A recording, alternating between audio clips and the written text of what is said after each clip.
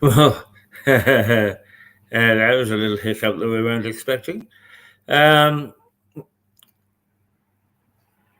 this is Mirador Television, and the time is 5 to 9 on a Thursday morning, the day that not the day, the day after, the first day, if you like, of the general election campaign. July the 4th, Independence Day. We're going to have a poll, and I think that most people are assuming that they know what the outcome will be. But general elections are strange things. An awful lot is said, and then people start to think things through. The unpopularity of the Tories is going to weigh heavily against them. But will they actually swing things at the last minute? Because I personally can't see that Labour is promising anything new. All it's offering is change. And I personally am a little bit cautious about change for change's sake. Anyway, let's see how things pan out. It'd be interesting times, if not exciting times. And the economy is certainly on the mend. We've been through some pretty rough times, horrendous times, and that's the way things tend to be. Let's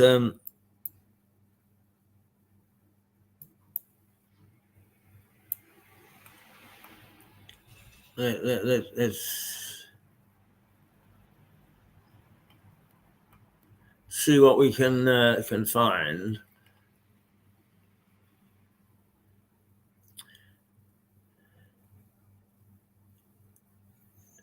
To keep us amused on this Thursday morning, and we have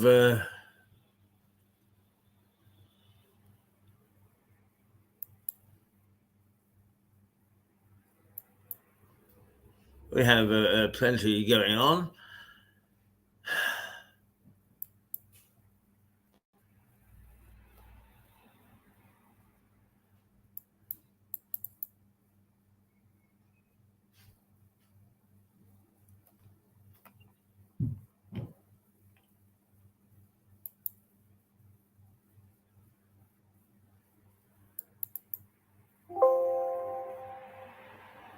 Not a lot.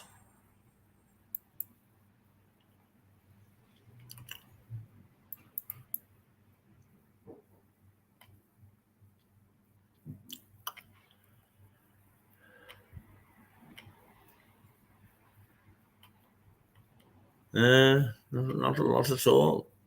But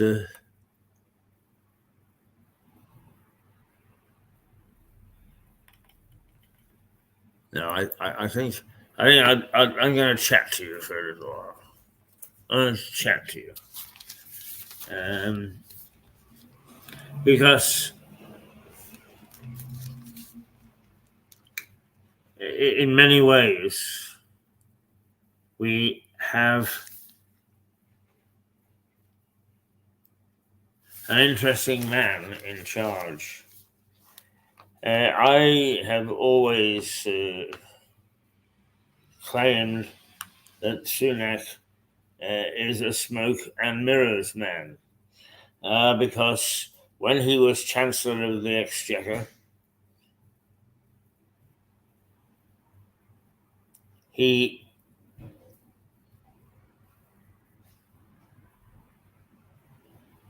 he presented two budgets, which sounded absolutely wonderful. They made promises that you would not believe. And all in all, they were, as we call it, smoke and mirrors. There was no substance to it. It was all guff. So there's no question that Sunak is a capable debater. And we have capable debaters in our ranks. I often say I don't like interviewing politicians because the one skill that they do have, and it's the only skill that they have. Good morning, Philip. Yes, hello, I was Fondle just Bum. How are you this yes, morning? not too bad, and just mulling over the fact that we're going to have an election. And I was just saying that of all people, I don't like interviewing politicians because while my general view of them is they're all thick as two short planks, is they do have one skill, and that is that they are very good debaters. They can make poor seem rich, old seem young, that they can turn things on their head. It doesn't mean anything, but they can do it. And they leave you in their wake, spluttering and making silly noises. And you look like the idiot, and they look like the sensible person, when in fact it's the other way around. What's Yeah, your well, view? one of the reasons that I stopped ages ago listening to Radio 4, for example, or listening to Question Time and that sort of thing, is because they never answer a question. And as a barrister, it frustrated the hell out of me. And even really skilled interviewers, you know, going back to the Dimblebys, the Humphreys, that, you know, they couldn't get anything out of them most of the time.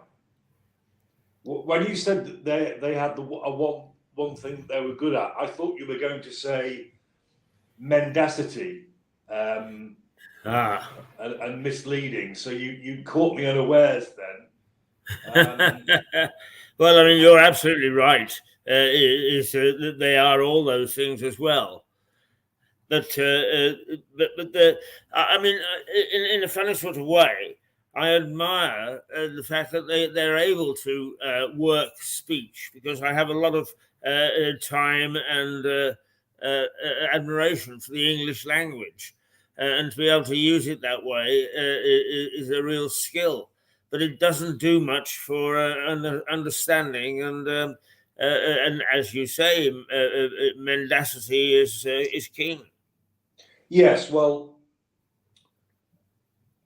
strong view I hold. I think when the need is there for them to dodge or even lie, they do it. I have to say, I don't think many of the ones I've listened to over the years I would call eloquent. I don't see many of them being, if you like, as you described, masters of the English language. Au contraire. I mean, let's take two Labour politicians. One is Angela Rayner, and the other is Diane Abbott. They are frankly inarticulate. They hide it quite well, but they are inarticulate. There are other examples on the Tory side as well. I mean, let's take an example. You will have read today that there's a particular so-called secure probation unit over in Kent, and it was visited for a period of, I think, 6 months. It's either 6 weeks or 6 months by an undercover BBC reporter. And that reporter has uncovered the most appalling lapses and negligence. They had escaped. There was an attempted murderer who escaped. There was a sex offender who escaped and was mercifully recaught, arrested about 2 minutes drive away from the girl he'd groomed and had been convicted of abusing. Members of staff had forged presence and absence records to provide one of them with an alibi, not the escapees, but others, because they're remanded there as much as imprisoned. And yet, despite all of that disclosure, the Home Office have simply said, protecting the public is our main priority. Well, I know that that is one of the biggest porkies you'll ever hear. Yes. They don't regard it as a priority. They're safe in their own little ivory towers. They have no idea what true crime is at the sharp end dealing with it. And they just won't fund things properly because there are no votes in rehabilitating criminals. Yes. There might be votes in sending more to prison, but then again, yesterday, you will have read that the police are being asked not to make arrests because the prisons are overcrowded. Yes. So, quite what a non-priority arrest is, I fail to see. Yes. See, the irony of that is, to any member of the public with half a brain, they would work out that the prisons aren't full of little criminals. The prisons are full of very nasty people. And they are the type that would have to be a priority arrest. So quite what a non-priority. So it's a catch-22, isn't it? Yes. You know, okay, so you don't arrest non-priority cases, but they wouldn't go to prison anyway, is the point I'm making. It's the real nasties that would go to prison almost certainly. I mean, the system's already doing its damnedest. The judicial system is already doing its damnedest to avoid sending people to prison anyway. I mean, the use of community penalties and suspended sentences has gone through the roof. And that's political pressure on the judges. Yeah, so you can guarantee that the ones who are remanded in custody awaiting trial and those who are actually sent to prison, they damn well deserve it. Yes. You know. Philip, let me ask you this. How much do you think we confuse senior civil servants who are really the permanent governance and the temporary 4-year termers who are elected? I mean, how much influence do really the elected side of things have over those who are appointed? The go-to answer, the programme that Thatcher used to love watching because she thought it was absolutely spot on, is Yes Minister. Yes Minister, yes. You know, with Sir Humphrey. Well acted, beautifully acted, and we may laugh, but I am convinced that there are such mandarins and they collude and conspire to make their particular minister as ineffective as possible. I mean, the thought process for that program didn't come out of nowhere. That's not some fantasy. Right. I mean, obviously, the elected individual has to have some influence, and the policies he or she wishes to impose will have come down from the cabinet, of which he or she may be a member. So the starting point is the politician.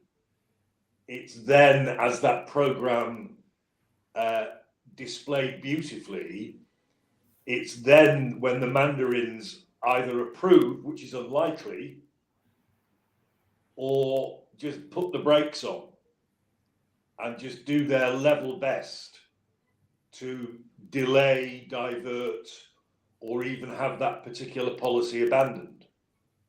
I'm sure it goes on. Yes. I mean, the things that would really bother me, or does bother me, I suppose, is that the word reform to both levels of government, the permanent civil service and the elected politicians, reform is a filthy, dirty word that must never be contemplated.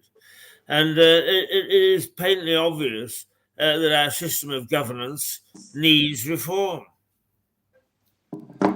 Yes, well, again, I go back to Harry's observations. The civil service is overloaded.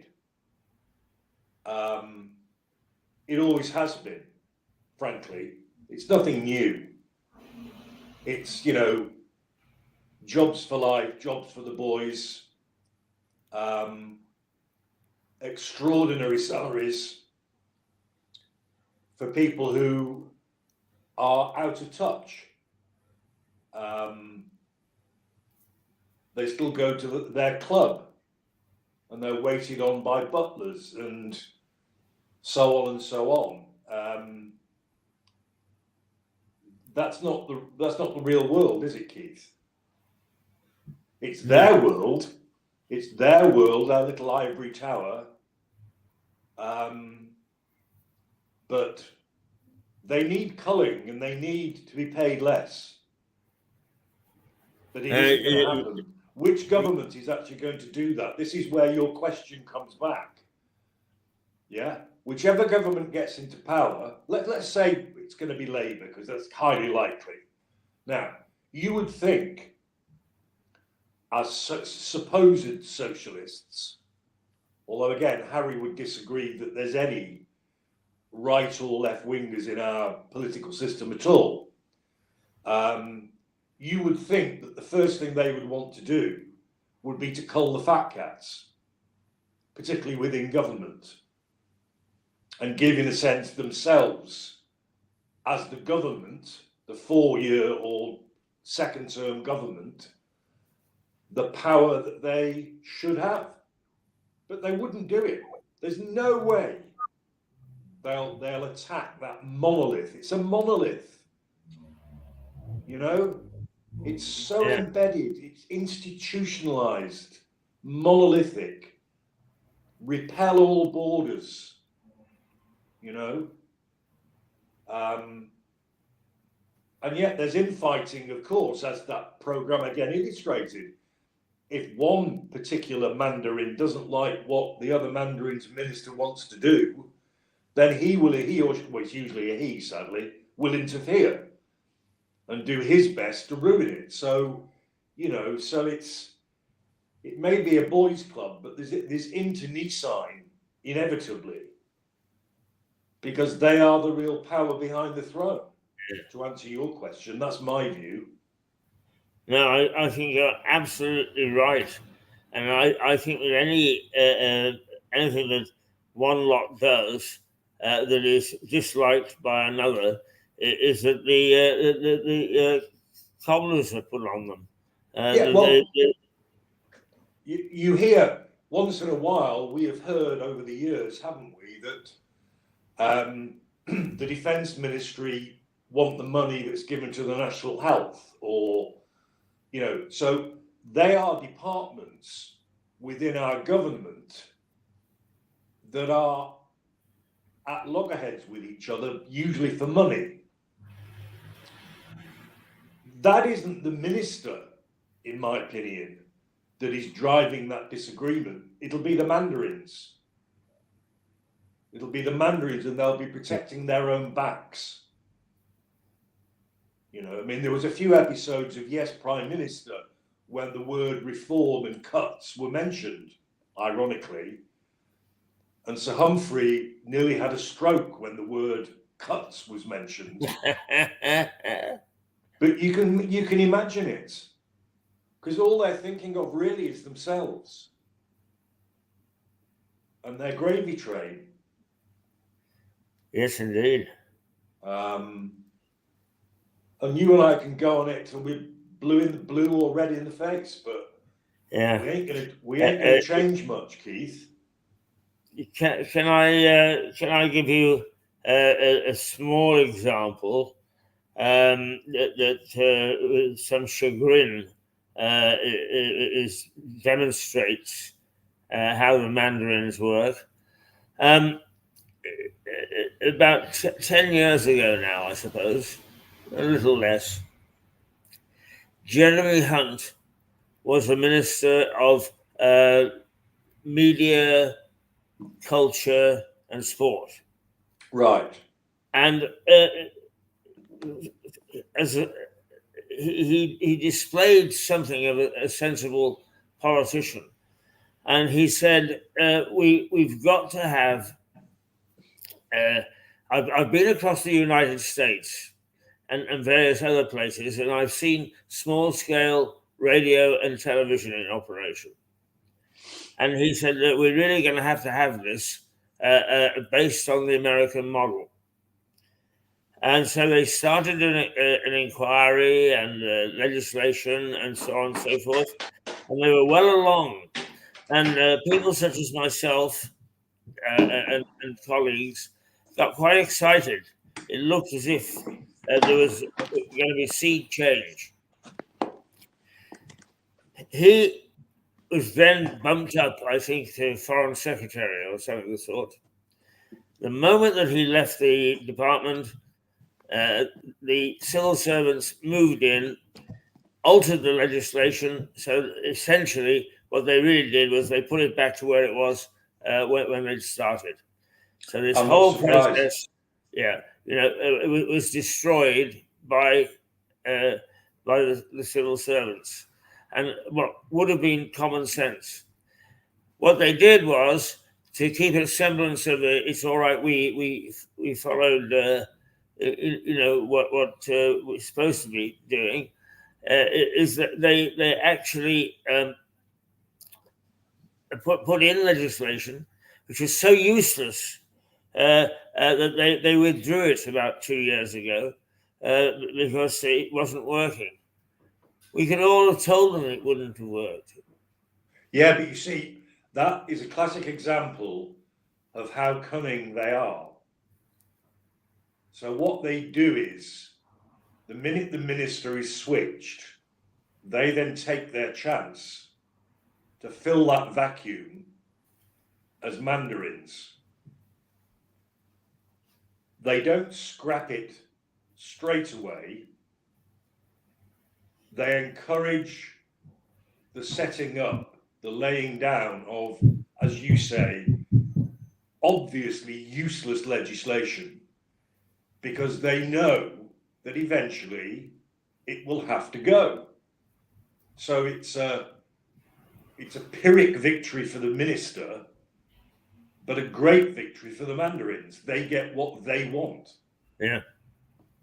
And as you pointed out on Mirador so often, the last thing these people want is the use of Byzantine free speech, universal free speech. That's the last thing they want. Oh, absolutely.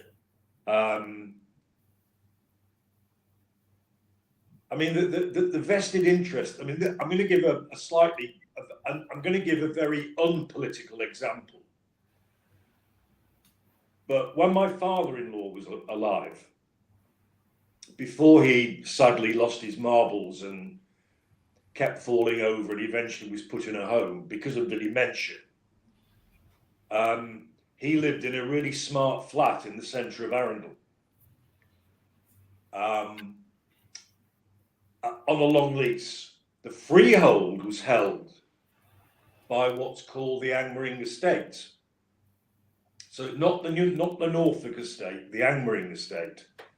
Well, there came a point where he had to make changes to the lease and also get a level of benefit to pay the maintenance charges, which were pretty, you can imagine, pretty excessive. Well, that was when Jackie, his daughter, and I realised just how the vested interests are in this area, at least, because they had to provide a document to Douglas signed by the trustees. Well, 12 signatures later, and to get this document was like getting blood out of a stone. And the reason was that those signatures would disclose the trustees, who were anonymous and wished to remain anonymous because they were all incredibly wealthy landowners in the area. And by the time we got this document, it was extraordinary. Only about 3 of them used their full name. The rest of them just signed their surname because they were peers. It was an extraordinary document. It was like looking at the Magna Bloody Carta. But it just shows, again, the vested interests, the institutions, the establishment, from royalty downwards. So to us little people, Keith, because that sadly is what they think we are. Yeah. You know, we are just, we are Lilliputians. They are Gulliver. We are Lilliputians. As I see it. More. Yeah. No, I used to watch that. I still watch episodes of it now, actually. What saddens me, of course, is that Sir Humphrey is dead. The actor, whose name I should remember, but don't. He did Madness of King George III as well, in which he was superb. See that his name's gone. I can picture him. I know what he's done, but I can't remember his name.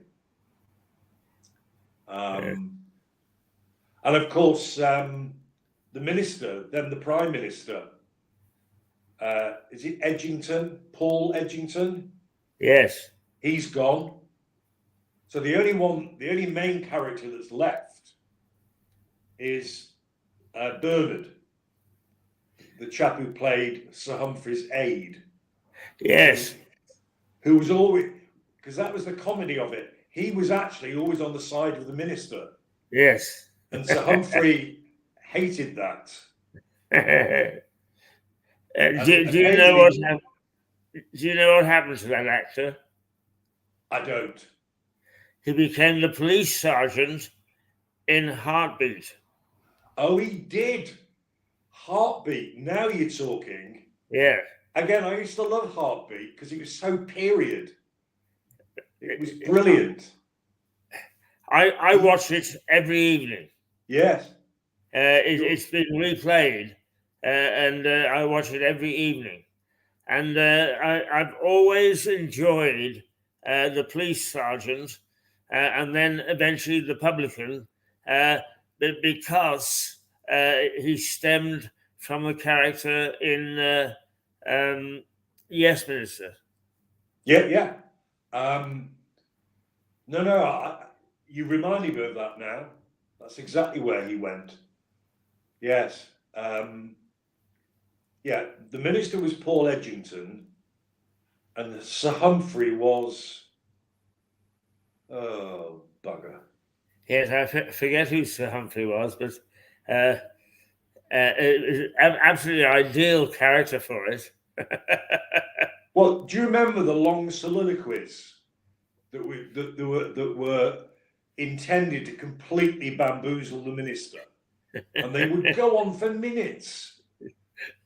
And then Edgington would turn to Bernard and say, "What's he going on about?" And Bernard would sum it up in about 4 words. And Humphrey would go mental.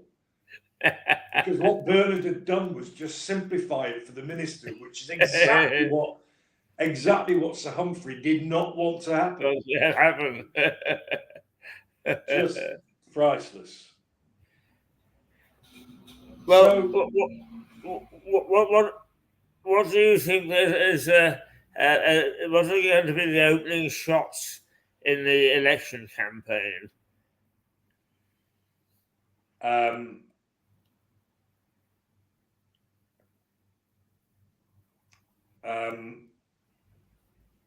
is sorry. that a question too difficult to answer? No. Nigel Hawthorne was the name of the actor.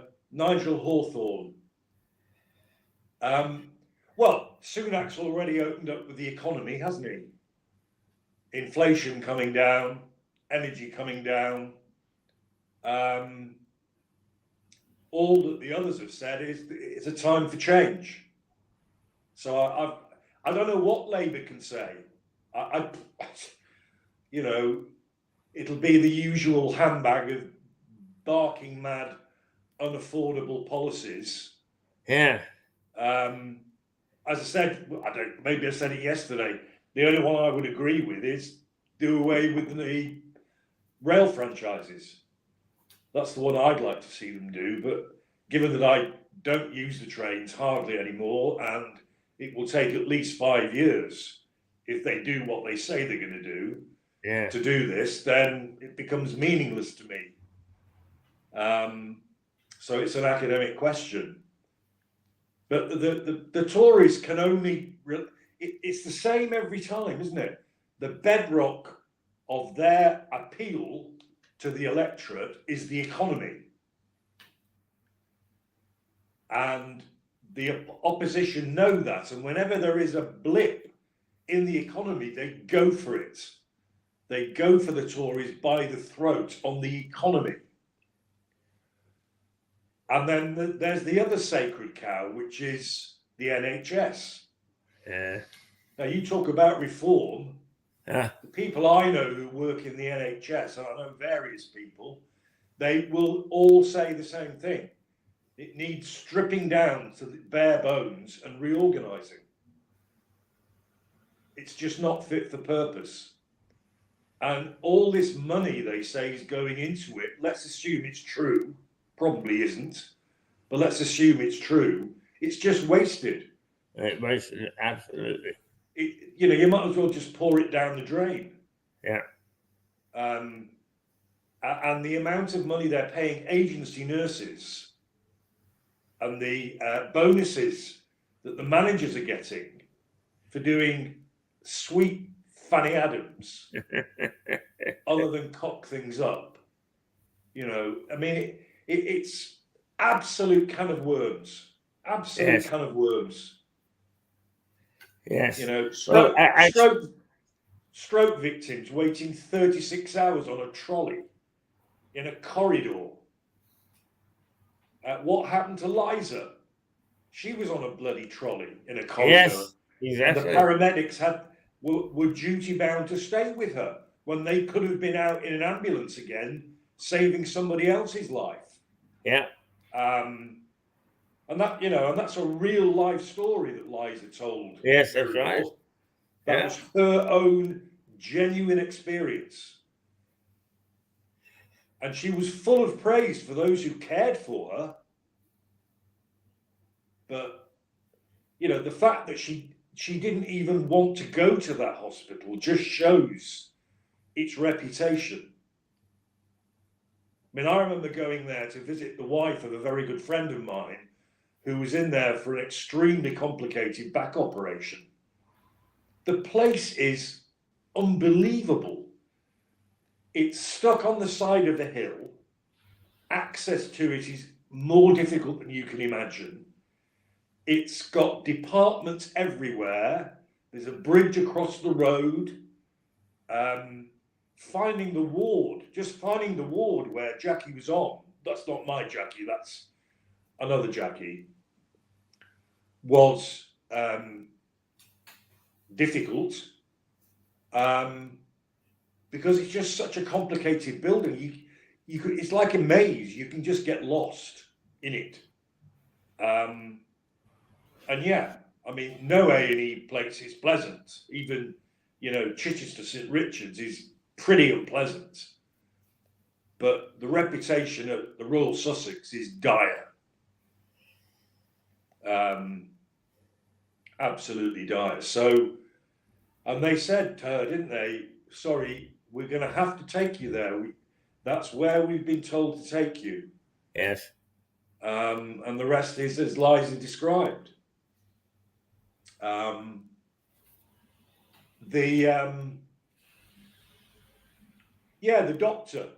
doctor who has resigned as an MP, as a Tory MP, and defected to Labour, not as an MP, but as an advisor, because he was just sick of the conditions he had to work in and the conditions the patients had to endure, particularly on the night shifts. You know, he basically said, it's buggered up my mental health. It's just, you know, I care about the NHS, I care about what the NHS should be doing for patients, but it's not. And this government are not helping. No, no government helps. For some reason, you say the NHS is a sacred cow. It is a sacred cow. Yes. No criticism is allowed, let alone change or reform. Well, there's plenty of criticism, isn't there? But it doesn't get anywhere. No. It doesn't get anywhere. And the politicians know that it's a mess. They just haven't got the wherewithal or the experience or even the incentives to strip it all down and start again. They just, again, it's vested interest, Keith. Yeah. What are they going to do with all those overpaid managers? All the bureaucratic staff? What are they going to do with them? They're not going to rock that boat, are they? No, but the disturbing thing is that they actually increase the bureaucracy. Yes.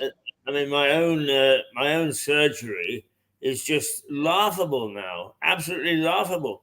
I have no argument whatsoever with the quality of the doctors and the nurses.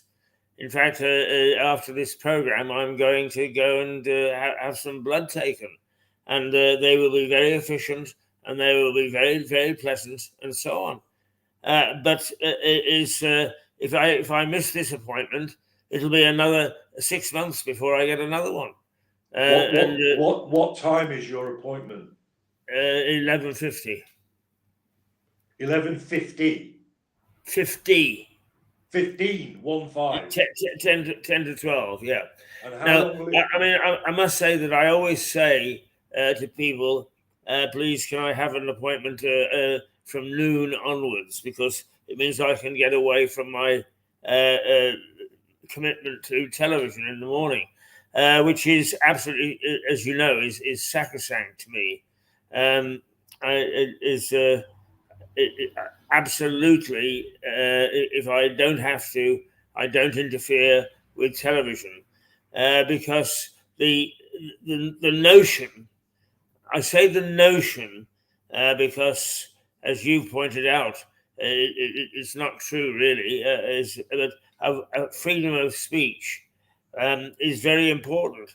And while I don't think that we're achieving it, I think that we must clear the battlegrounds to go after it, and this is where if I can just step back for a minute, is Mirador is a quite remarkable organization because it's got people who believe in freedom of speech and who go after it. You, Liza, Richard when he was with us, Harry,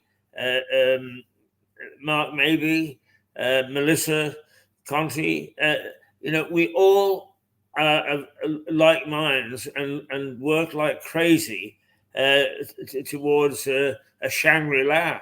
We're never going to achieve it, but at least we work very hard at it.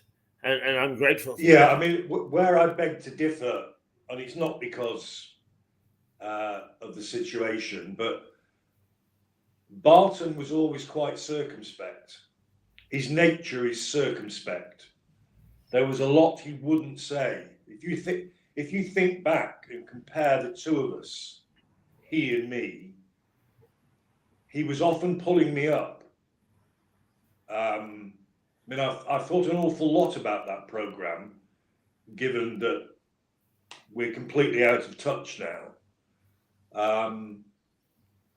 And we were actually two very different characters. And he was very, very circumspect, I found. The rest of us just say what we like. The names you've mentioned.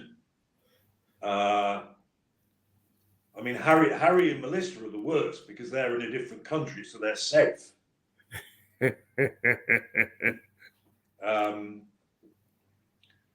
Oh dear, it would amuse me. I'd love to play a spoof on Harry. I'd love to dress up like a gendarme and go over there and knock on his door and say, Monsieur, I'm an officer of the law, and you have been saying too much on Mirador. I want to arrest you. I mean, I'd love it. I'd love it. But as I haven't even got a bloody passport at the moment, I can't do that. But I'd love to. Look, sorry, is your appointment 11:50 or 11:15?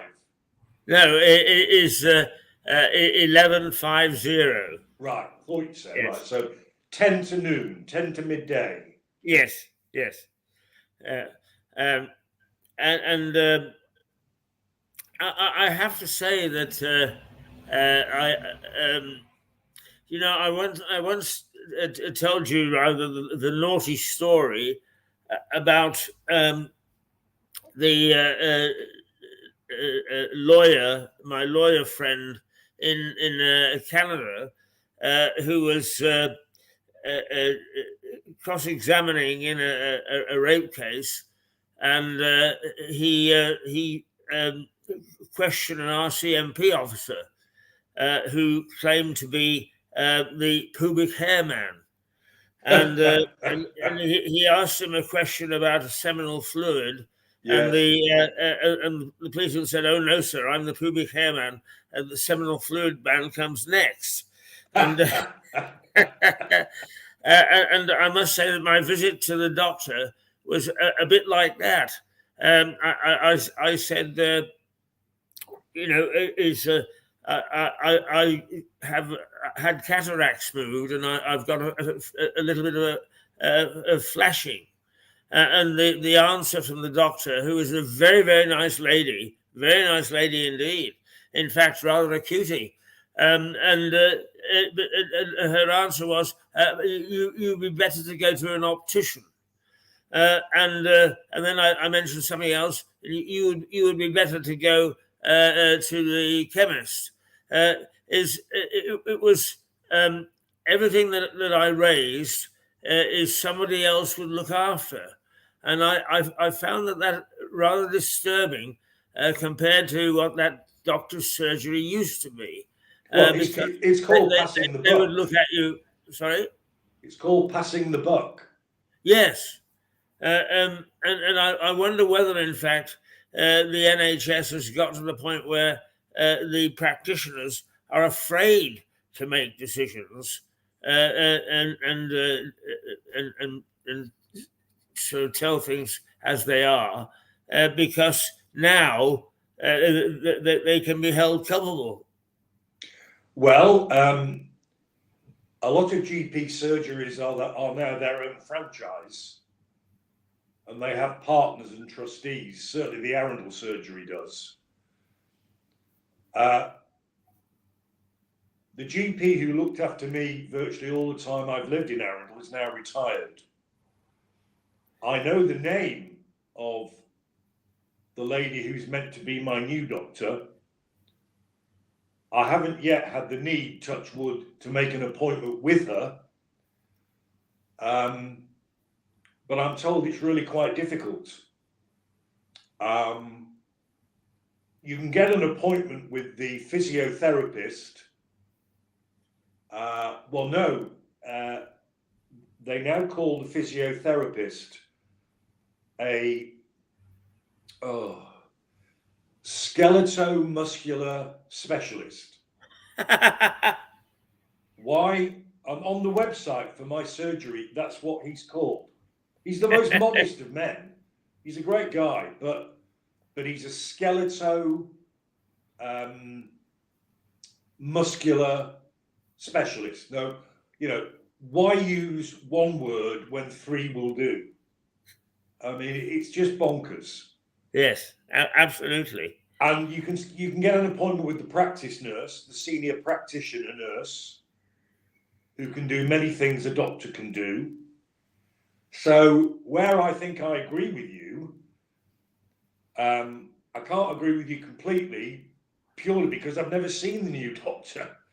But they seem to be fobbing the patients off with what we would have once regarded as lesser people.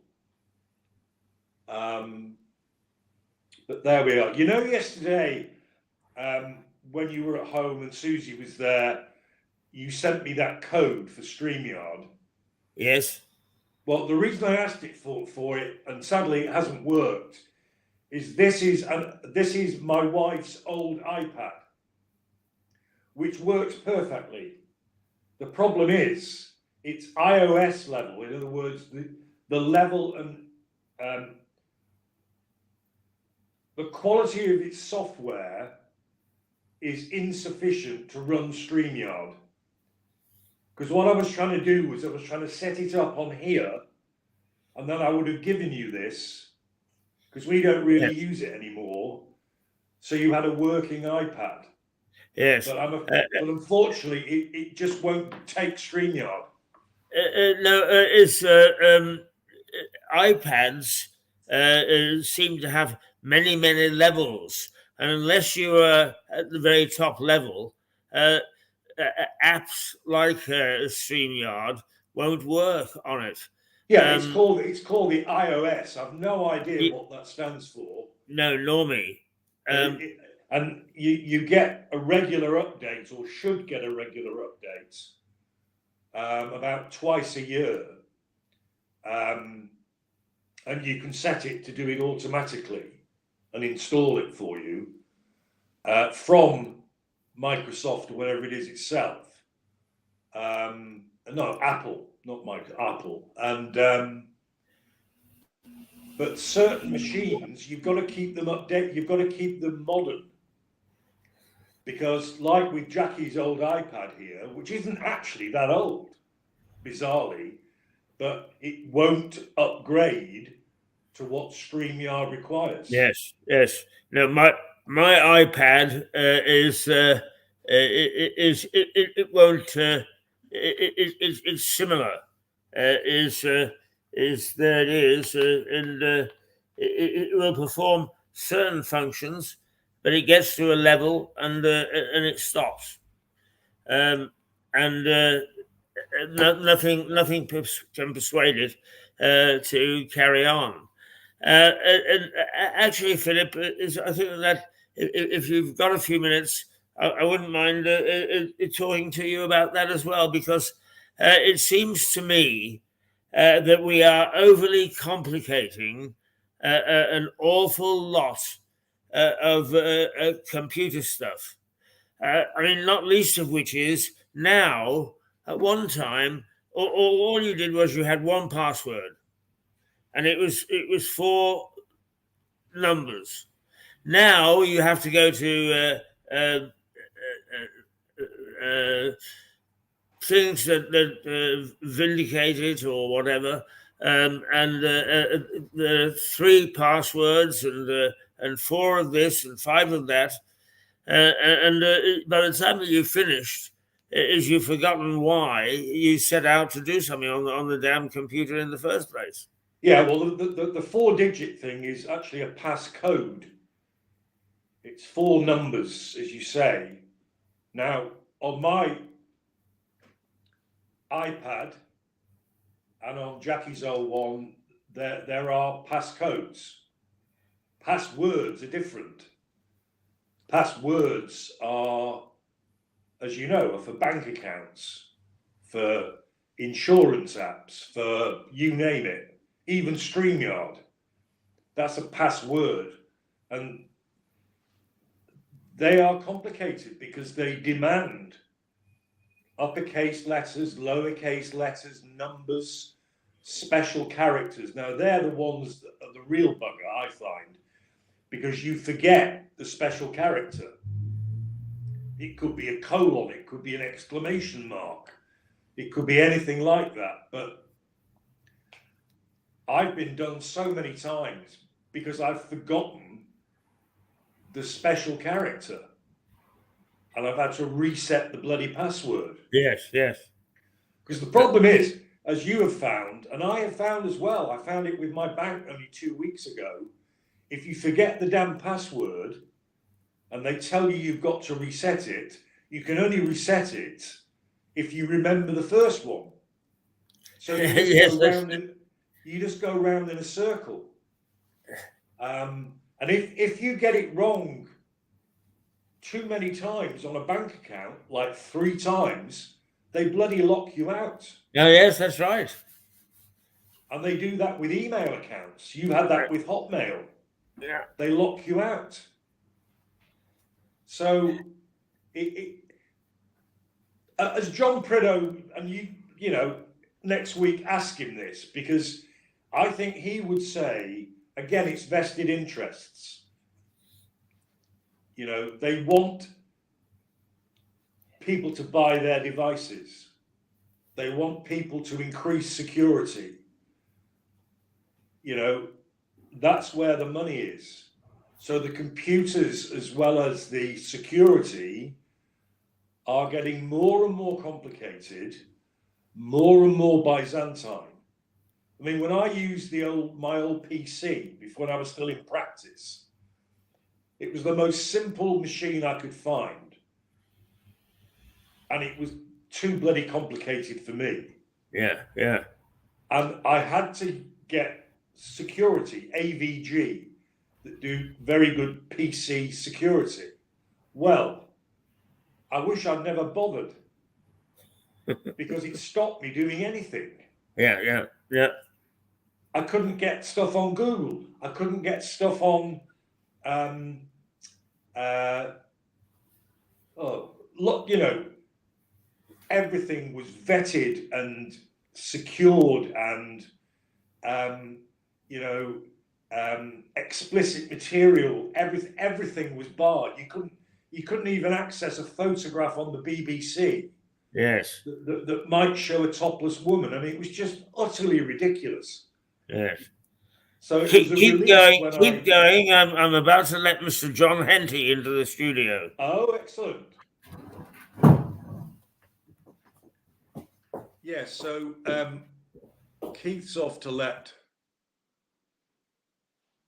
John Henty in, someone who I know you as the viewers and listeners find very good value, and I agree with you. Very experienced radio presenter out of Brighton. Lots of very funny stories. And a man of the world. And also a big fan of the local football club in Lewes. Both male and female teams who are paid equally, I would remind you, which is very forward thinking indeed. Well, Keith's back now. So what time is John on? It is in about 60 minutes or so. 60? 6. 6, right. I was going to say, an hour is a long time for him to wait in the pub. He might get tempted. Yeah. He No, might get tempted. I certainly would. Yes, no. I'm sure that anybody would be fed up. But just one final word on that, Philip. In 1999, I co-produced a series of documentaries called Beyond 2000. Oh, It was for right.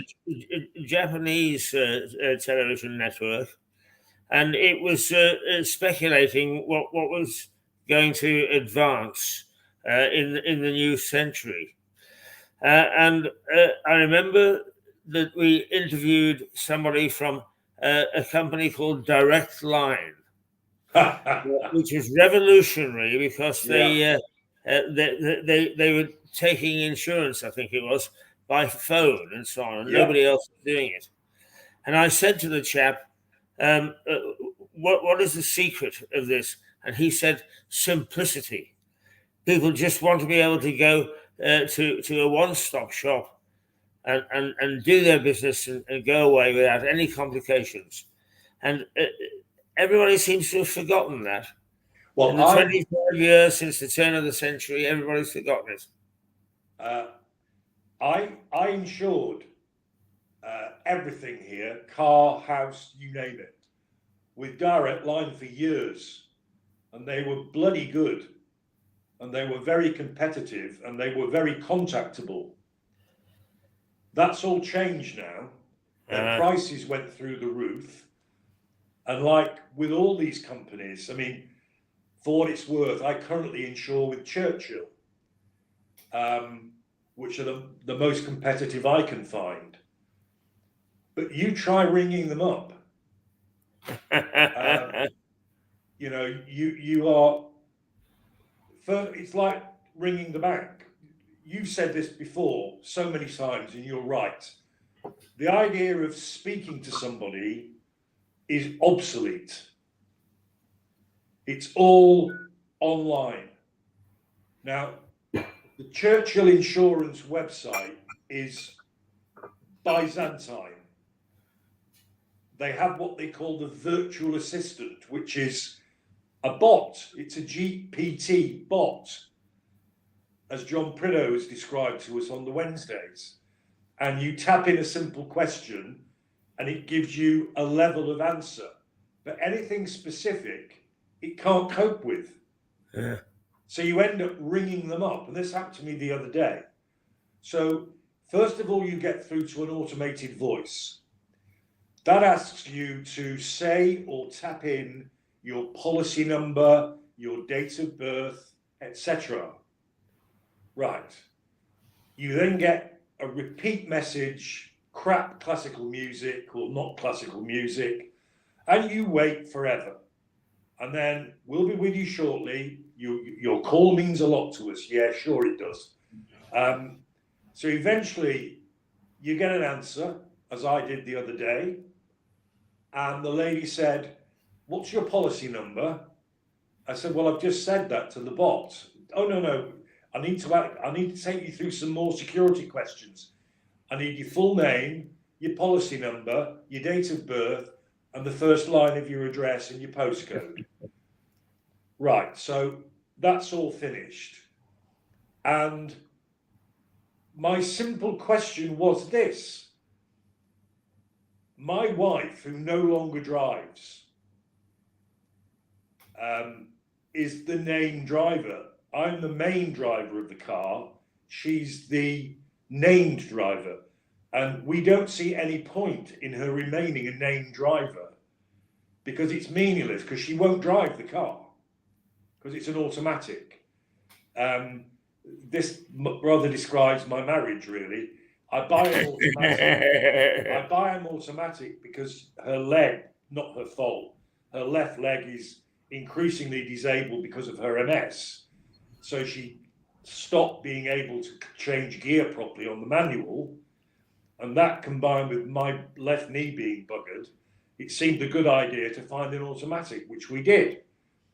She can't drive the automatic. It freaks her out. Oh, dear. She can't get her head and nervous system around the fact that the only difference is you don't have to change gear, it does it itself, and the minute you're in drive or reverse, the car is moving, the car is in motion already, very slowly. Now, I find that a massive help, because you'll never stall the car. But no, Jax just can't get it. So it's just me. So I wanted to as the named driver. Well, you'd think they don't want my custom. Not only would they charge me more to not have a named driver, for me to make the change, there's a £29 admin fee. Yeah. And all they have to do is just alter the thing on the computer. Yeah. But they wanted nearly 30 quid as an admin fee. Now, the policy's up for renewal at the end of July. And for what it's worth, I'm going to look around for a better company. Yes.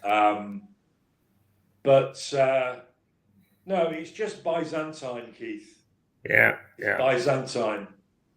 Now, when do you think Susie's friend might try and sort you out?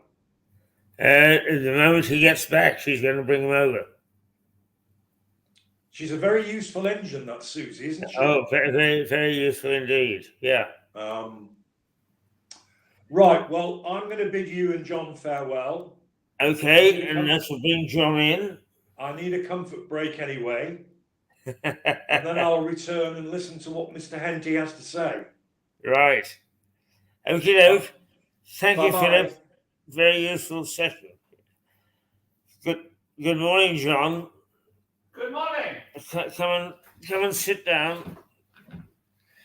Over here. Yes.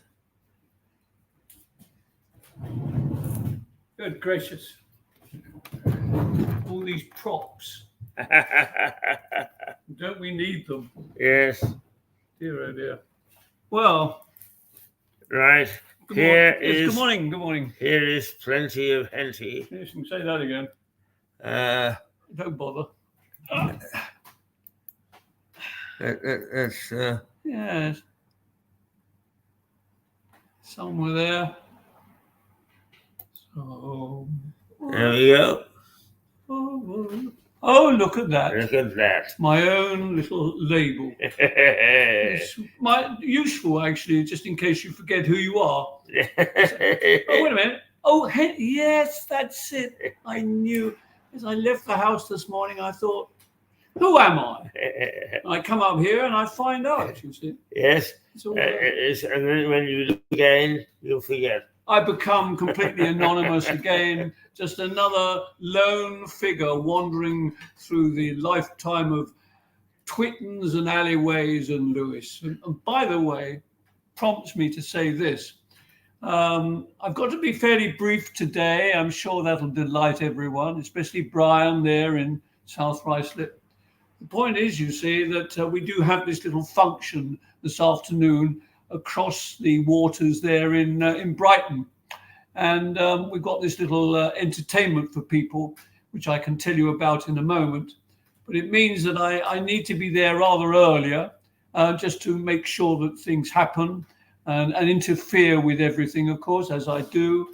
And so that's this afternoon means I need to get to Brighton. So I thought I'd come a little earlier, and it's good of your colleague there to allow me this extra space for a moment. Now tell us what's happening this afternoon. Well, this afternoon we're having a Max Miller part of the Brighton Fringe. And it's going to be in the Unitarian Church Hall, which is in New Road in Brighton. And it's going to be at 2:00, which is an unusual time. But a lot of people, of course, do have that sort of time available to them. And it's probably for a couple of hours, a nice cup of tea maybe at half time. And it's simply called Piano Playtime. Shades of Charlie Coons, Semprini, Russ Conway, Winifred Atwell, playing the piano, brought to you by a virtuoso of the keyboard, whose name is John Mann, a splendid, respected man about town, aided by his partner, Heen, who will be doing all the technicals and one or two little bit of a screen and things like that. Sound as well, which is terribly important, as we know, because there have been occasions when in the middle...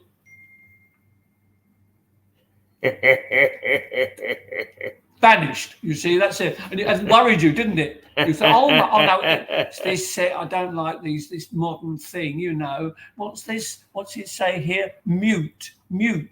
Yes. Well, anyway, that's what it's going to be. It should be good. There'll be a bit of a sing-along, which you could take part in. Oh, absolutely. You know, all the old songs, I suppose.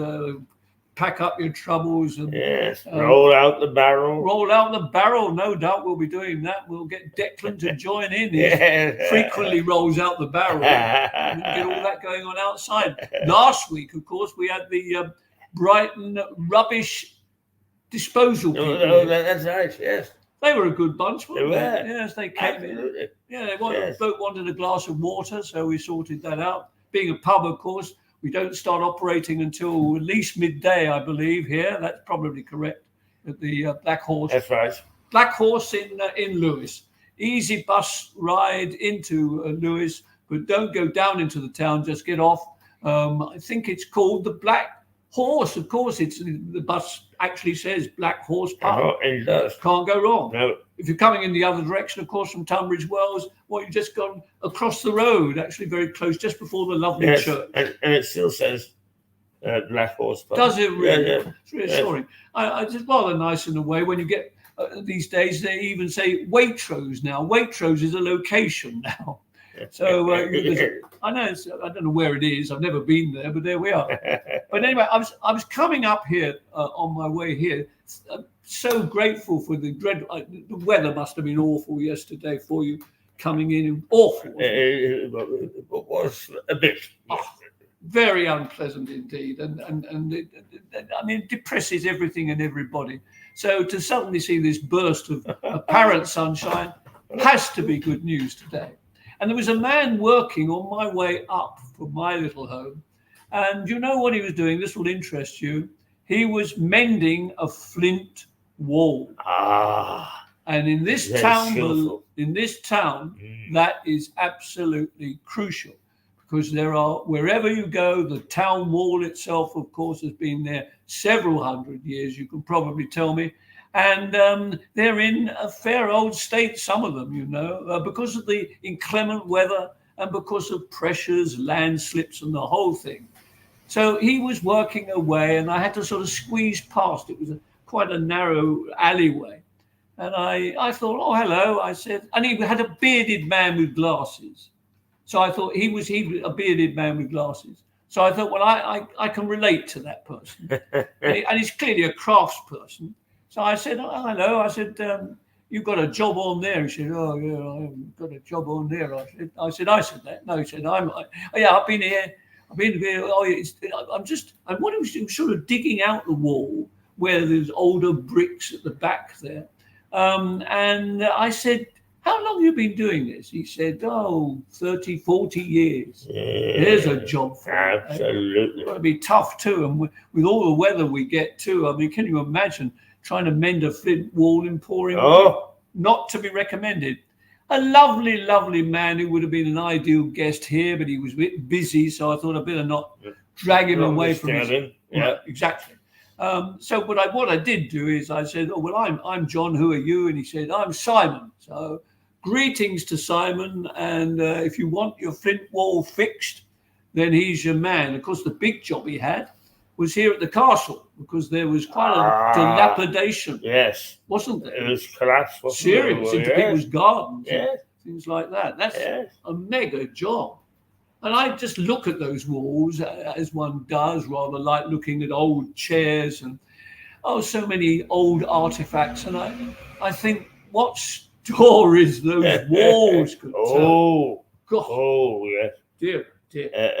I actually look up into the castle precinct, and imagine what it must have been like when knights were wandering around, and people were behind the walls for their own safety. Yes. It's a remarkable town, Lewes. in every direction. And when we talk about the Twittons, you may have heard the reference earlier, many of those Twittons are lined by these flint walls. And the other thing we have in this town, we're not going to go down the architectural route today, but we have something called those tiles, mathematical tiles. Oh, yes, indeed. They are very special because they're not actually bricks, as they look like tiles, but actually they look like bricks. That's right, but they're actually not bricks. They're sort of tiles. And they're black, and there's a fair amount around by the castle, of course. Yes, well, this one just down here, I think, isn't there? Really? Yes, there's no more than perhaps 50 yards or so away. Yes, yes. Fascinating stuff. So, yes, they could tell a story, I'm sure. And the other thing, of course, you think about, there was this man, this old chap called Simon, bashing away there. And I just wondered possibly the name of the fellow who first put it up there, and their story. Can you imagine the labourers and the artisans at that time? Oh dear, history, you see. Yes. This town is very good. Full of history. Full of history. You've heard it here from Lord Keith on many occasions. It's a remarkable historical and often hysterical town, which we would recommend to anyone. If you happen to be in Venezuela at the moment, good morning to you. I mean, think about it. There's a Gatwick Airport, which is only about half an hour away, and you could end up here at the Black Horse, and you could even take part on any day you like, Monday, Tuesday, Wednesday, Thursday, Friday. Good friend Keith here, I see, which is great. Very welcome. Very welcome. Yes, indeed. Absolutely. Indeed. Yes. It's a welcoming town, I think we can safely say, with its own idiosyncrasies. Oh, how about that? Now, there's a word on. I was going to say, using long words. Oh, my God. Idiosyncrasies. Don't ask me to spell it. I couldn't do that. I'm a great one for code words and crosswords. And you come up against some pretty strange words these days. Some of them I would often... Do you know, the other thing, and I have mentioned this before, with all these little Twittons, I think there are lots of little people, probably like Simon and beards and glasses, and a bit like me, who are sitting all day long at home compiling these amazing crosswords and code words. I often think, who did that? Because I know what I'm doing. I'm trying to solve it. The question is, who put the questions in the first place? Where are these crossword compilers? Yes. And they are human beings. I mean, I hate to think, going back to your previous conversation, that it's some sort of AI churning out crosswords and code words. That's unthinkable. That's unthinkable. Well, a good friend of yours and a good friend of mine, one Peter Carver, used to work at putting out franchise crosswords, and he told me that what he would do is he would look at the equivalent 10 years ahead from the past. Well, entirely right. You do wonder about that. There's a very good question that someone out there might have. I mean, are crosswords copyright? I mean, can someone say, I'm sorry, you can't do that. That's my crossword. It's an interesting thought, isn't it? It is, isn't it? I mean, we must check that out. And yes, and how do these people get paid per crossword, I suppose? But I mean, when you look at every Sunday paper, every weekday paper now, they have their own puzzle sections. And when we talk about code words and crosswords, there's all the others. It's a big business, isn't it? It's a massive business. Yes. I wonder why. That's very interesting. That there should be these sort of paper documents, i.e. newspapers, that test your brain. Yes. At a time when we've got all these computers and things, but they're sort of challenging people to actually think for themselves. Well, you're absolutely right to ponder the question, because in every pub you will find a little group, quite often with the landlord or the landlady, centered around crosswords and all doing the crosswords together. Yes. Well, rather like jigsaws. Now, I won't go down the jigsaw road because I may offend one or two people, but I'm, shall we say, jigsaw puzzles puzzle me. Now, I mean, someone who takes on a challenge of a 1,000-piece jigsaw Oh. with about only 2 different colours and most of it shade or black. And they spend about 3/4 of a year trying to complete it. That puzzles me. And if you go on a cruise boat, and I'm not sure I'd go on a cruise boat these days, madam. Don't tell Fred Olsen, though. I mean, if you go on a cruise boat, they normally have in one of the salons, they normally have a blooming great jigsaw, which obvious fellow passengers go and can join in. Not a bad idea, but I don't know. I don't know what it says of the person. There are enough problems in life, as far as I'm concerned, he said, feelingly, that I don't really want any more puzzles. Thank you. That's my argument. If I'm going to spend 3/4 of an hour trying to fit one tiny bit of jigsaw into another bit, I think, I don't know, is that really all that useful? Anyway, so jigsaw puzzle people everywhere. We love you dearly, and long may you do it, as long as it doesn't interfere with watching mirrored or television. Or they could do both, I suppose. Yes. Spread out a jigsaw on the living room floor, yes, and prop up like this. And that would be nice. Yes. That would make most people's days, I think. Yes. Now, I have a little bit of news. Oh, good. Because I took myself off down to the town clerk's office, yep, and asked about the secret garden. Yes. Councillor Catherine's secret garden. Yeah. And I didn't get an answer straight away. You told me that. But I did get a phone call eventually. Uh-huh. And it appeared that something called Wildflowers of Lewis or Sussex or something are now in charge of this project. Right. But I don't notice any great improvement. So I think. Oh, look, it's Norman. Norman Bacon. Yes. I mean, I wonder. Well, we need to keep an eye on that one. You're quite right at the moment. I mean, they'll say, well, yeah, look, that there are all those wildflowers in there. Yes. Yeah, but I call some of them weeds in point. So I'm not sure about that. Yes. It needs organising. Absolutely. So I think that we should pursue that.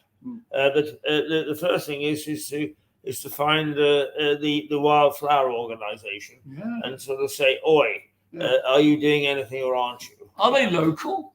We don't know.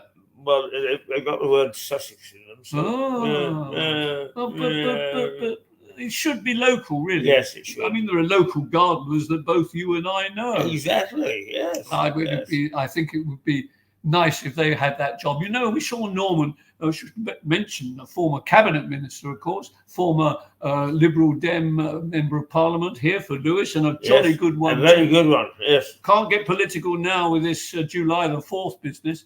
I wonder what he's thinking about the forthcoming elections and the fact that he's not part of it. I bet you what, he's jolly relieved. Well, I occasionally have a drink with him and a little chat. Sometimes here. Yes. Just to stay up to date with what's happening on the political front. And he actually says he wouldn't want to go back into politics. And often that happens, doesn't it? I mean, I'm not sure that I would want to go back into broadcasting with something like the BBC now. It's sort of changed so much. Yes, I couldn't agree with you more. As I frequently say, and it's certainly true of yourself, I haven't changed, but the world, the media world has most certainly changed. A challenge for my granddaughter who's looking towards journalism, and of course at Bath is coming next year. And I thought, oh, wonderful. And of course, journalism covers such a wide area, as you know better than most people. So I'm hopeful in that direction. Would I recommend her to go into journalism? I would recommend her simply to do what journalism is all about, and that is to have an inquiring mind. And if as a result of that inquiring mind, it moves you to write something that actually moves other people, this is very good stuff, isn't it? Absolutely. Oh, yes. I'd like a copy of this particular program. I'm quite impressed by that. The thing is, it's not much good. I mean, when I started in journalism, of course, I did what everybody did. I did flower shows. I did the Vicar's Tea Party, and all the rest of it, and the occasional court appearances too, at Bromley Magistrates Court, Croydon Magistrates Court. Didn't like that sort of work at all. Very predictable, I thought. So it gives you an inquiring mind, and rather like meeting young Simon or old Simon, I could have easily walked past him and just said, "Morning." And instead of that, I said, "Nice print wall here, you must be busy." And we got into conversation, which is what this channel is all about. There is everybody's got a story. Yes. No question. Yes. Oh gosh. Oh, she's all right. backing into it. Yes. Oh dear. Yes. A lot of excitement. You talk about doing these humdrum things. I very early on in my career, I had to do eye in the sky traffic reports from an aircraft, and on one famous occasion, I fell asleep early in the morning, and the pilot woke me up and sort of said, "I think your station is calling you." And I listened, and here it was. Yes, let's go to Keith Hayes above the clouds and so on and so forth to the traffic report. And I looked down and I said, "Oh my goodness me, there is a traffic jam. Buses, stem to stern." And then I realized I was looking down at the bus terminus. Ta-da! Dear. At least you were awake, which is always important. All reporters must be awake. Which reminds me, I'd better just mention one final thing. And that is, we were talking about access and how you have to now go online and seek this, doctors and all the rest of it. Now you can't get an appointment unless you're actually registered, all the rest of it. Dear, oh dear. But I've got something with me I brought along this morning, which is very small, and I would strongly argue that easily lost by anybody. So I'm just going to show you it. I can't show it to you. All you need to do is to see the size of it. See, there's my hand, and that's the size of it, right? Would you not agree that that is rather small? Yes. Yes, it is rather small. That, ladies and gentlemen, is a historical piece, because it is one of the very first, just issued this week, local residence card to allow me access to Brighton's Palace Pier. Oh. Yes, because in future, as we did report last week, on really busy times, bank holidays and the rest of it, there will be a charge for those without a pass. How do you get a pass? I think we mentioned it, but it's worth repeating. If you have a postcode BN anything, even if you're out towards Arundel, even if as long as it's BN, and then you apply to the Palace Pier, you have to do that.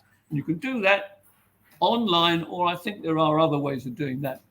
Then ultimately, I went to the pier on Monday. There was a bloke standing there. He said, yes. And I thought he won't have it. I said, come for my pass. He said, you got any form of identification?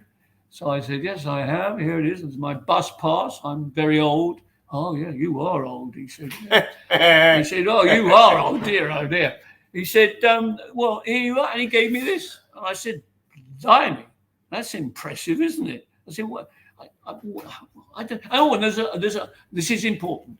There is a hole in it, a hole in the elephant's bottom. There's a hole in it, you see, and I'm told that could possibly go on a key fob. Or I suggested if I got two of them, I could have them as earrings. I mean, what a good idea! I think, honestly, I think it'd be big business. Palace Pier earrings, but there we are. That's it, and it means that I can now proudly, as other people are fighting to find their £1 coins, I can say, no, I've got my pass. All right, go on, Mr. Inty. Right. How old are you? I said, mind your own business. So there it is. And as a result of that, I brought one final item today, which I think I've shown you before, but it sort of sums up the Palace Pier. So we've seen this before on Mirador, but we have a few new viewers, so they may not have seen this. And here it is. It's reflected, unfortunately, but that tells you that it is a poster for Brighton Palace Pier Amusements and sea bathing. Bathing. Oh. Now, that goes back a very long way, because we're not going to go down this road today. But the whole question of sea bathing anywhere along that stretch or any stretch of coast is, I fear, highly debatable at the moment. But they're saying it's not a very nice place to swim in the sea. John, do you get a sort of a melancholy feeling when you are on Palace Pier and you look down and you can see the sea coming in and lapping at the iron legs of the the sort of almost divorcing yourself from the reality of the world. Yes, indeed. Yes, absolutely. I mean, that's, to me, is that's what piers are all about, actually. That, they're hurly-burly, and my goodness, in Brighton these days, particularly on a busy day, it is massive and almost alarming at times.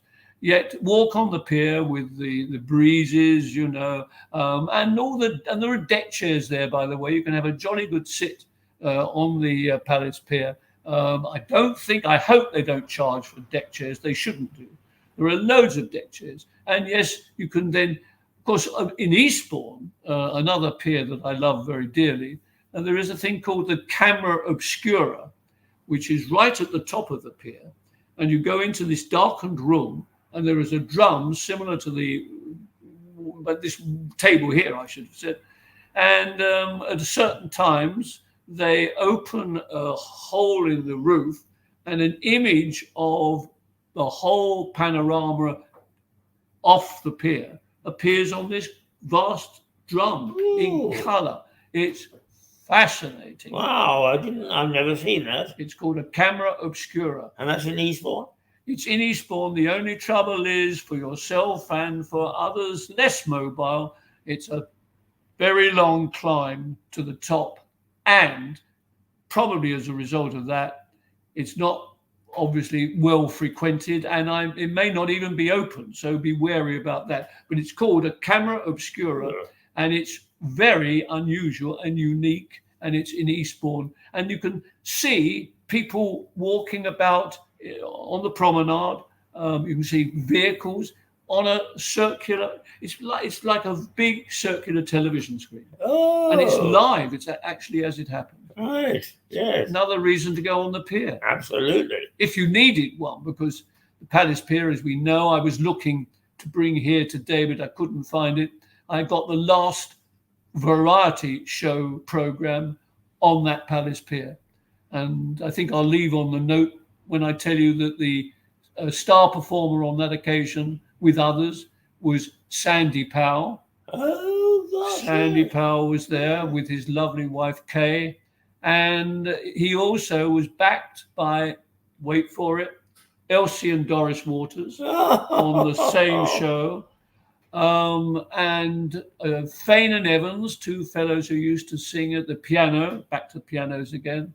And a man called Nat Jackley, who was a wonderful stand-up comedian, rather in the way of Max Wall, for example. So when you've finished watching this wonderful program, just double check Nat Jackley, Jackley, just see the wonderful things, Royal Command performances, the whole things. Sadly, and the reason why it was the final show, numbers decreased through the season. It was not a good season weather-wise. And the trouble is, to go on the pier, unless there is some sort of protection, which there wasn't, you can get drowned before you arrive at the theatre. So obviously the theatre had to go, and with it, all the entertainment and entertainment. There's only one pier. I know, it's sad. Yet the good message is, if you want good pier entertainment, the answer is to go to Cromer, Cromer, and the pier at Cromer has a summer show still. So excellent. Cromer, not Kramer, Kevin, Cromer. Yes. Yes. So there we are. John, I think that one of the things that we will do is, if we save SOS, save our sherries. Yes. If we save our sherries, yes, one of the things we will do as a libation to the gods in thanks is we will have each summer a little simulation of a peer variety. Yes. The Pierots and all that. Absolutely, yes. Good idea, absolutely. Yes. I should just mention that Shelley's is the hotel along here that is now just standing there derelict, and the town intends to do something about it. And this man certainly intends to do something about it. And also Mr. Catlin, lovely Stephen Catlin, God bless him, his little garden. Let's try and do good things like that. And let's say thumbs up too to Simon with his beard and his glasses, banging away at that wall that this very moment he's doing that. Yes. And I wish him well, you know. Yes. I wish him well. You remind me, casting my mind back into my past, is that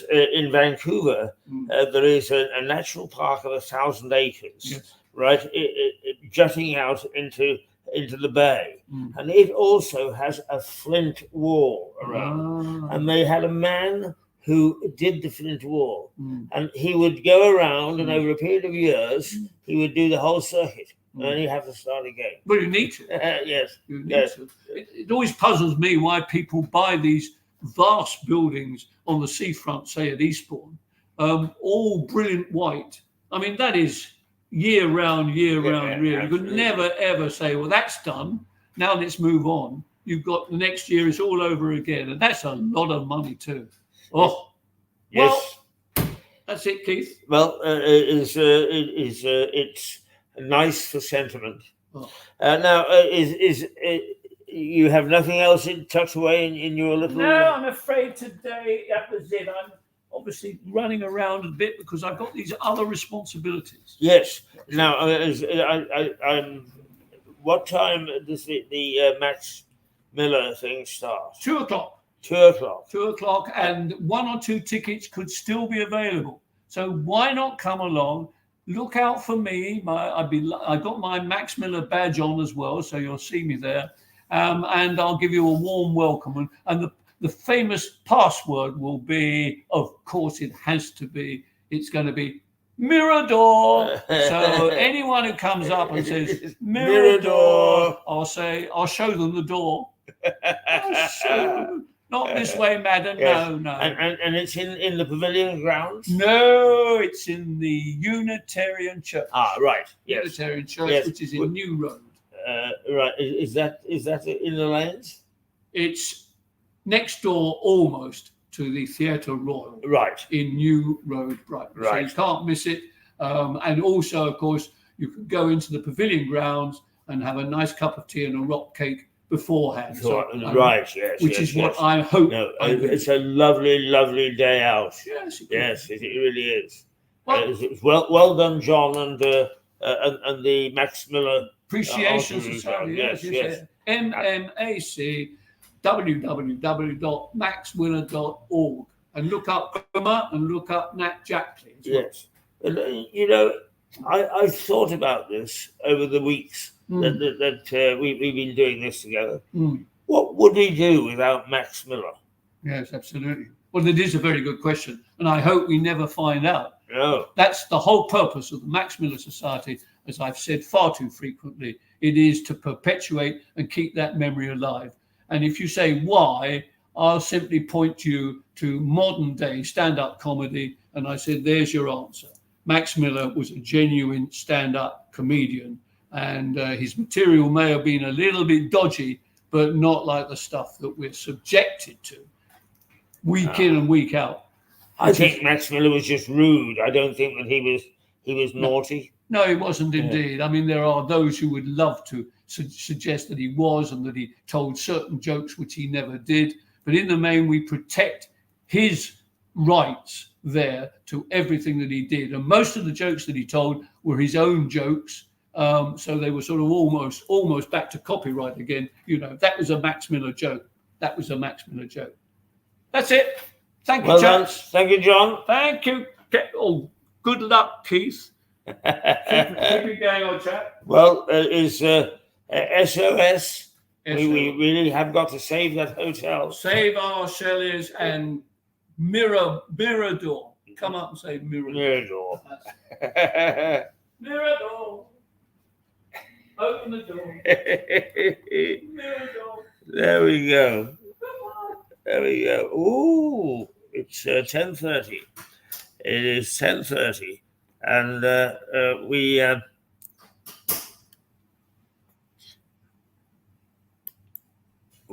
should try and.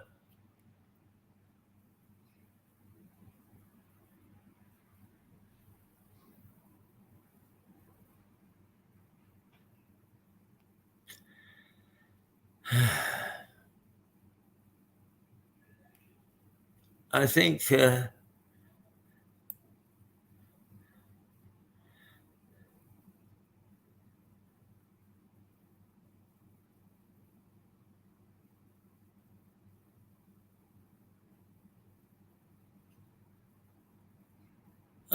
that we may well have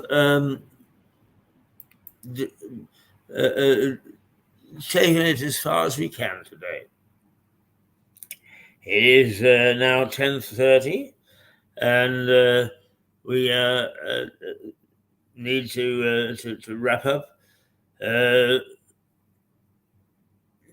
Tomorrow is we have a special report. We have Connor Winton from New York, who has been covering the Trump trial. And Connor is going to give us a report and a chat on what it was like to be at in the court when former President Trump was appearing.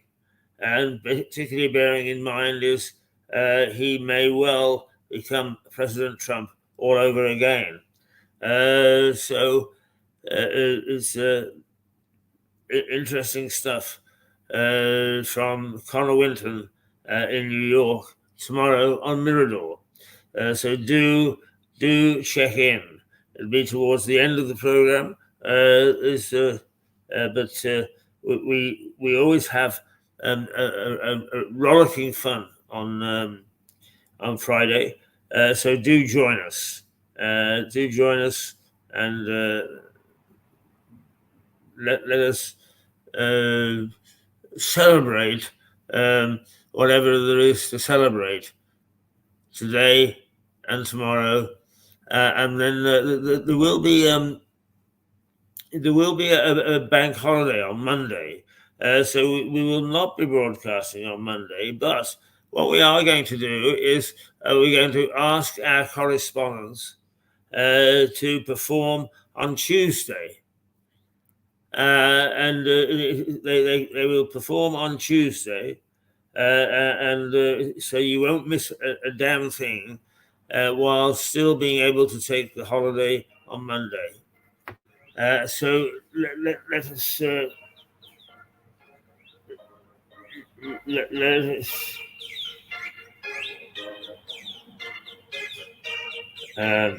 Now I think. Good morning. Oops. Well, we seem to have missed that. Never mind.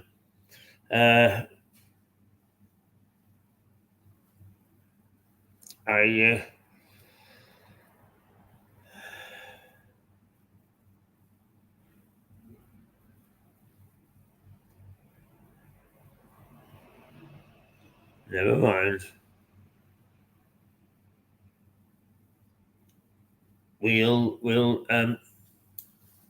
We'll pick up on it a little later. We'll pick up on it a little later. SOS, save our Shelleys. Secret garden, let's make sure that it doesn't descend into a bunch of brambles. There is lots to be considered in terms of how we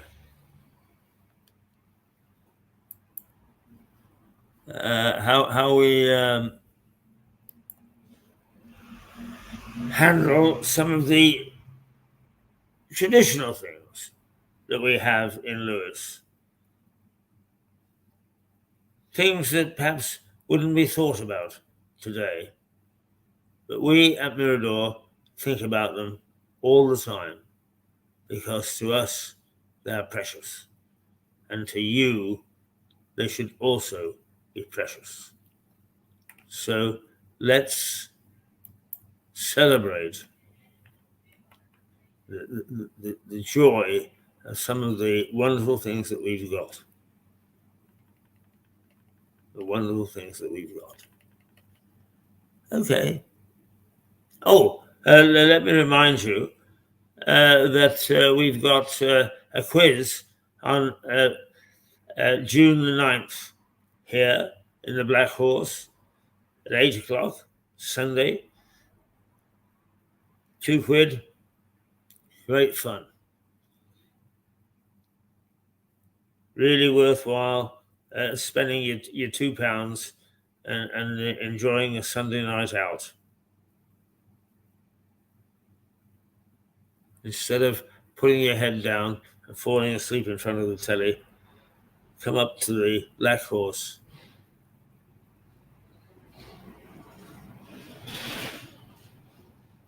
Come up to the Black Horse and have a night of fun. Okay, see you tomorrow morning.